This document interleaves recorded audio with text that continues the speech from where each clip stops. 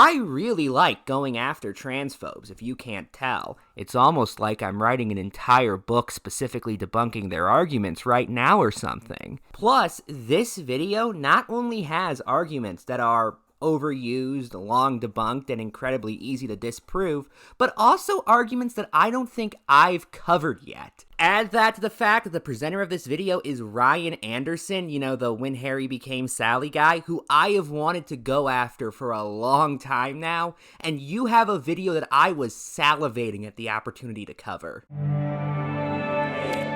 That is very debatable. There is a transgender threat. But the threat is not from people who identify as transgender. The threat is to people who identify as transgender and to our society as a whole. The threat is coming from activists pushing a transgender ideology who reinvent language, tear down medical safeguards, as seen by this picture of a postcard which says "Celebrate Transgender Visibility," and push their ideology on children. Oh, won't somebody please think of the children?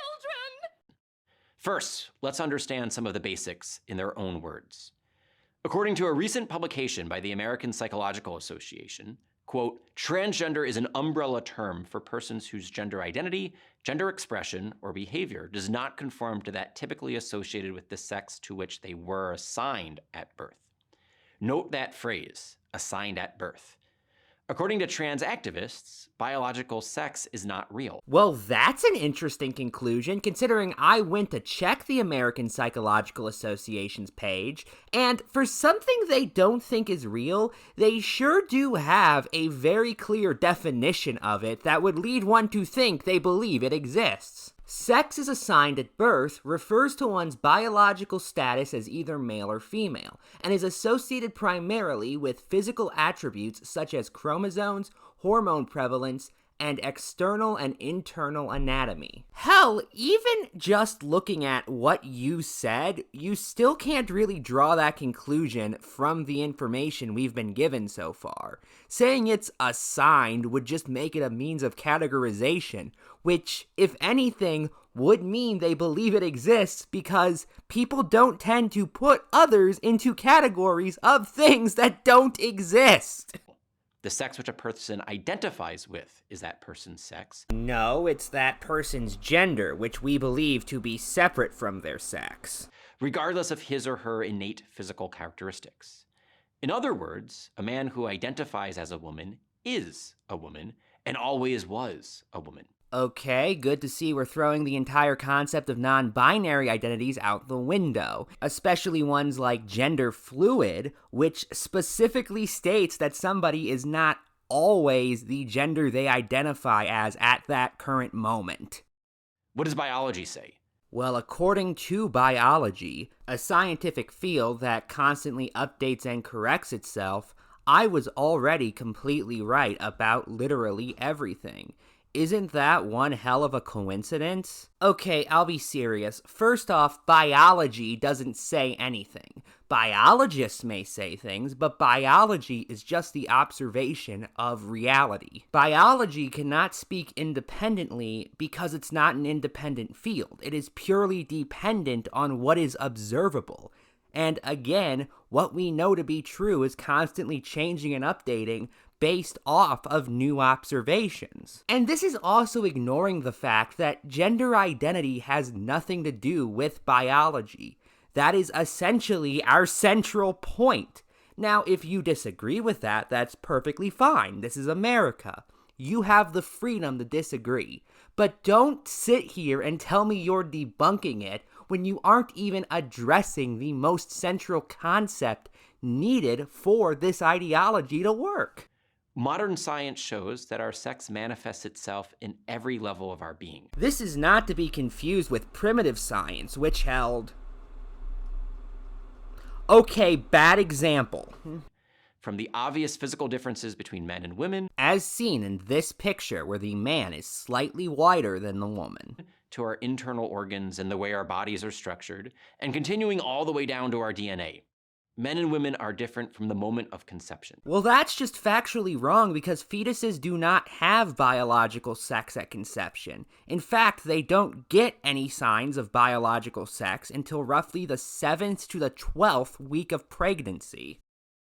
What does philosophy say? I in no way give a shit. And by the way, philosophy is an incredibly subjective field where people are allowed to have wildly different views from each other, much more so than in any of the hard sciences. So asking, what does philosophy say, makes about as much sense as asking, what does the population of this area say? Well, you might be able to find some consensus, but you're going to find so many wildly different answers that the entire game is essentially futile.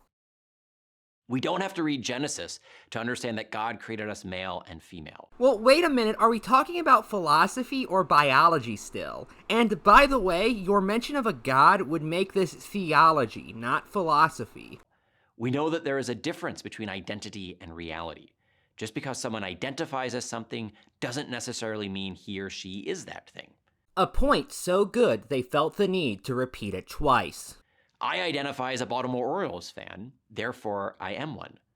But if I identified myself as an 80-year-old woman, simply claiming that would not make me. Well, yeah, your age is an objective biological category. Another one of our main points that you never address is the idea that gender is an entirely relative idea that can only be truly determined by the individual. You even give an example of such self-identification with your example of being the fan of a sports team.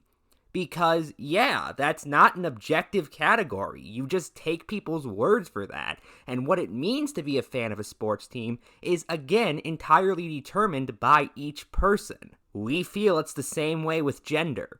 You can either respond to this, or you can keep dodging the point, and guess which one Ryan Anderson keeps doing. An 80-year-old woman. What about the medical and psychological fields? You mean like the American Psychological Association, which you just dismissed at the beginning of this video? Gender dysphoria is a real condition that can cause tremendous pain and suffering. Certainly, we should be compassionate towards people with gender dysphoria. But so-called sex reassignment is impossible. Why the hell would a psychologist say that when, if anything, that would be something for a biologist to determine? A psychologist discovers mental states. There's no mental state of your biological sex being reassigned. That doesn't make any sense. Oh, also, it's mainly the psychological industry that determined all of the positions regarding transgender people that you've been attacking over the course of this video. So to play like psychology is on your side now is honestly incredibly funny. Because sex isn't assigned to begin with. And there is no medical evidence that transitioning from one sex to another actually resolves that pain and suffering. In fact, there is a lot of evidence that transgender treatments actually cause further harm.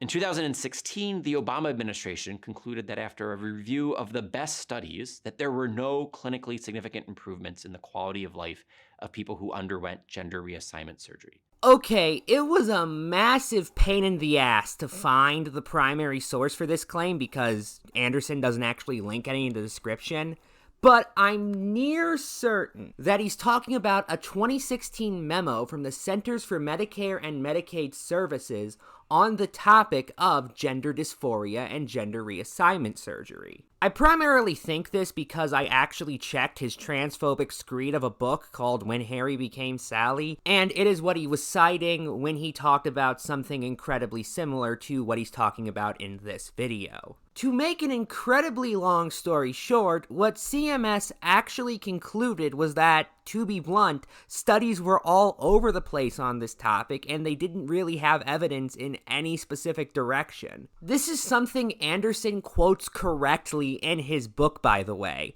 He's writing, based on a thorough review of the clinical evidence available at this time, there is not enough evidence to determine whether gender reassignment surgery improves health outcomes for Medicare beneficiaries with gender dysphoria. There were conflicting, inconsistent, study results of the best designed studies. Some reported benefits while others reported harm. The quality and strength of the evidence were low due to the mostly observational study designs with no comparison groups, potential confounding, and small sample sizes. Many studies that reported positive outcomes were exploratory type studies, case series and case control, with no confirmatory follow-up. The only thing the Obama administration determined was that it didn't have enough evidence to determine anything. If you are saying anything besides that, you are lying. The most thorough long-term study of people who underwent gender reassignment surgery was done in Sweden over the course of 30 years. It found that people who underwent gender reassignment surgery had a suicide rate 20 times higher than their peers. You guys are still using this one, and I know Anderson's used it before because Jangle Science Lad made a video specifically talking about Anderson using this argument in 2019. Link to that in the description. But for those who don't know, here is an excerpt from the study that these people commonly seem to ignore. No inferences can be drawn as to the effectiveness of sex reassignment as a treatment for transsexualism. In other words, the results should not be interpreted such as sex reassignment per se increases morbidity and mortality. Things might have been even worse without sex reassignment. And a study just last year, using the largest data set ever, revealed that neither hormonal nor surgical transition brought any benefit to patients. Okay, so Hester and I spent probably combined about an hour just trying to figure out what the fuck study he was talking about. And we think we found it. We say we think because it in no way matches Anderson's description, even on the most basic level. You see, we were able to find an article from the Heritage Foundation written by Anderson in August 2020 that made a very similar claim about a study that he's making right now.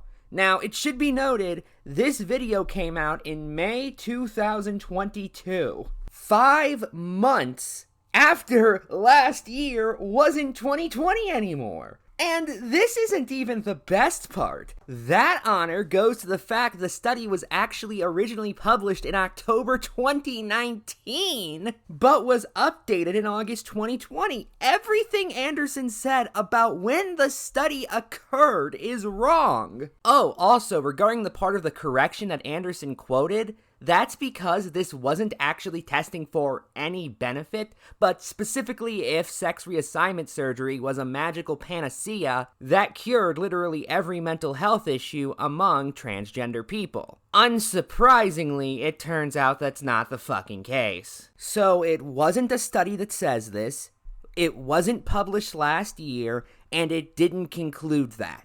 Everything Anderson said about it is wrong. Finally, the best studies indicate that when children with gender dysphoria are given time and space to deal with their internal conflicts without puberty blockers or cross-sex hormones, between 80 and 95% of them will naturally embrace their bodily sex. Given your previous record with studies, I'm going to ask, where are they, before I take any claim you make from this point forward seriously. You know what? I'm not watching any more of this video. There's still like 2 minutes left, which is like 40% of it, and if anybody else wants to cover it, link below, be my guest. But I refuse to. I honestly refuse to. I am not watching somebody attempt to debunk an idea he doesn't understand with sources he either didn't read or is lying about. The rest of the video is him going on about the damage this idea will do, but as already established, he doesn't know about the idea nor its merits. Any other response I'd have to him would essentially just be citation needed, and even if you gave me one, I wouldn't believe you because you are a liar. So, fuck it. I'm not covering him. I'm not. This is the end. I'm done with him. Final thoughts? You know, I honestly sometimes feel like I respect transphobes more than other transphobes do. I'm being serious when I say that, by the way. I'm not trying to be sarcastic or funny. I honestly feel that way. And the main reason is, I don't lie to them. I insult them, I criticize them, but I never lie to them. Meanwhile, they lie to each other and to their audiences all the time. So really, who's more respectful here? Good night and good luck.